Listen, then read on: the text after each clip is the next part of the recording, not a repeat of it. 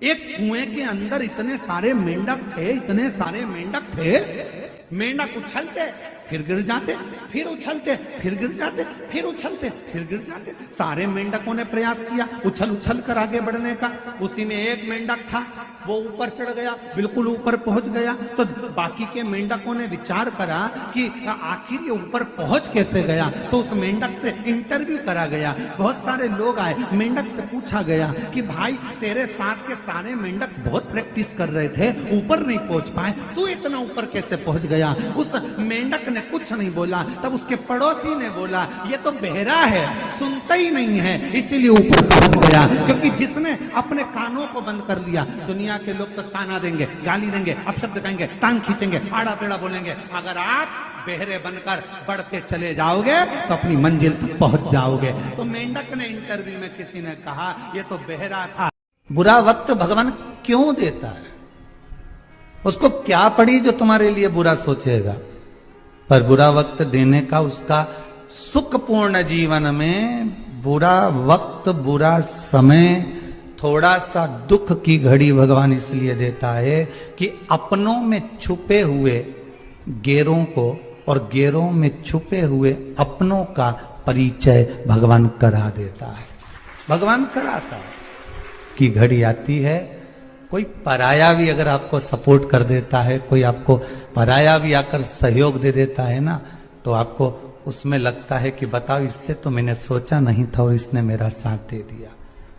गैरों में छुपे अपने नजर आते हैं और अपने में छुपे हुए गैर नजर आते हैं। ये बुरा वक्त हमको दिखा देता है। बुरा वक्त भगवान क्यों देता है? उसको क्या पड़ी जो तुम्हारे लिए बुरा सोचेगा? पर बुरा वक्त आपके घर में जेठानी रहती है, आपके घर में जेठ रहते हैं, आपके घर में देवरानी रहती है, आपके घर में देवर रहते हैं, आपके घर में ननंद रहती है, आपके घर में भांजा रहता है, आपके घर में भतीजा रहता है, आपके घर में काका काकी, काका ससुर रहते हैं, काकी सास रहती है, आपके घर में काका जी के बच्चे भी रहते हैं, आपके घर में आपके सास ससुर भी रहते हैं, आपके घर में पूरा परिवार रहता है। सब साथ रहने से परिवार होता है। परिवार का मतलब क्या है? परिवार का मतलब क्या होता है कि परिवार तब पूर्ण माना गया है जब उसमें आपकी परवाह करने वाले विराजमान हो। आपकी परवाह करने वाले अगर आपके परिवार में है तो समझ लो कि आपका परिवार परिवार है। अगर परवाह करने वाले नहीं है तो उस परिवार की कोई परिभाषा नहीं। जितने परिवार में सदस्य हैं वो सब एक दूसरे की परवाह करें तो परिवार। अब मालूम पड़े कि परिवार में देवरानी भी रह रही है, जेठानी भी रह रही है, उधर मुंह फुला के रह रही है, उधर मुंह फुला के रह रही है, सास का मन भी नहीं लग रहा, बहू का मन भी नहीं लग रहा, बहन भाई भी दे रहे हैं तो आपस में बातचीत नहीं कर रहे। जरा सा कुछ हो गया कोई परवाह करने वाला नहीं। सारी दुनिया में जाकर बोल आए, जगह जगह जाकर प्रार्थना कर ली, निवेदन कर लिया, तो भी तुम्हारा अगर कोई काम ना बने तब एक काम जरूर करना, एक बेलपत्र, एक शमी पत्र, एक कनेर का फूल देवाधिदेव महादेव को प्रत्येक प्रदोष के दिन शिवजी को जल चढ़ाकर समर्पित करना प्रारंभ कर दो।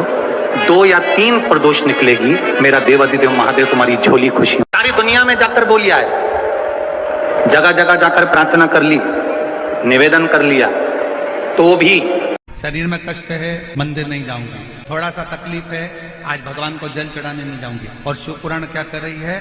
शरीर में अगर कष्ट है तो भले भोजन छूट जाए, पर शरीर में कष्ट है तो शंकर का मंदिर ना छूटे। वायव्य संहिता शिव महापुराण की कहती है, अगर हमने किसी बेलपत्र के पौधे को अपने घर में रखकर 5 दिन, 7 दिन, 1 महीना, 15 दिन, 6 महीना उसको परवरिश करा, तो हमारे घर का कितना भी नेगेटिवता, कितनी भी हमारे घर में कुछ भी गंदा हो रहा है, कुछ गलत हो रहा है, कोई गलत हो रहा है, कोई झूठ बोल रहा है, कोई पाप कर्म हो गया हमारे घर में, इस भूमि पर जिसमें हम रहते हैं, उस घर में एनर्जी अगर नहीं है, तो आपने उस पौधे को अपने घर में रखकर उसका परवरिश कर 15 दिन, 7 दिन, 1 महीना, 2 महीना, 6 महीना, 8 महीना, जितना तुम्हारा मन कर जाए, 1 दिन, 2 दिन, जितना मन कर, उसके बाद पौधे को कहीं लगवा। क्यों?